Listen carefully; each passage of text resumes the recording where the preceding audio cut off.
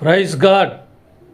దేవునికి మహిమ కలుగును గాక. మీకందరికీ దీవెనలు, ఆశీస్సులు. 94వ కీర్తన 14వ వచనం. యెహోవా తన ప్రజలను ఎడబాయువాడు కాడు, తన స్వాస్థ్యమును విడనాడువాడు కాడు. పరిస్థితులు ఏమైనప్పటికీ, పరిస్థితులు ఎలా ఉన్నప్పటికీ, జరుగుతున్న ఈ రోజుల యొక్క ప్రభావము అయినా కూడా భయపడకండి ప్రియమైన దేవుని బిడ్డలారా.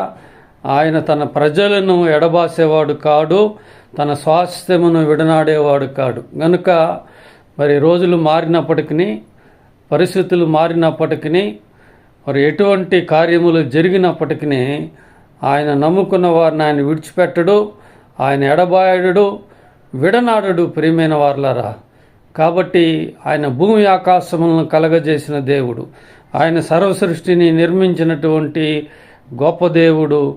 ఆయన నిన్ను విడనాడేవాడు కాడు, నిన్ను విడిచిపెట్టేవాడు కాడు, నీకు తోడే ఉంటాడు.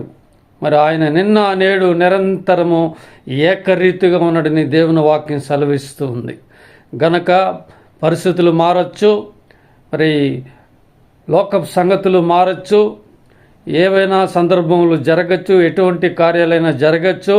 కానీ మన దేవుడు, నీ దేవుడు, నా దేవుడు మారనివాడు, నిన్ను నన్ను విడిచిపెట్టనివాడు, మీ కుటుంబాలను విడిచిపెట్టనివాడు, నీ పిల్లల్ని విడిచిపెట్టనివాడు.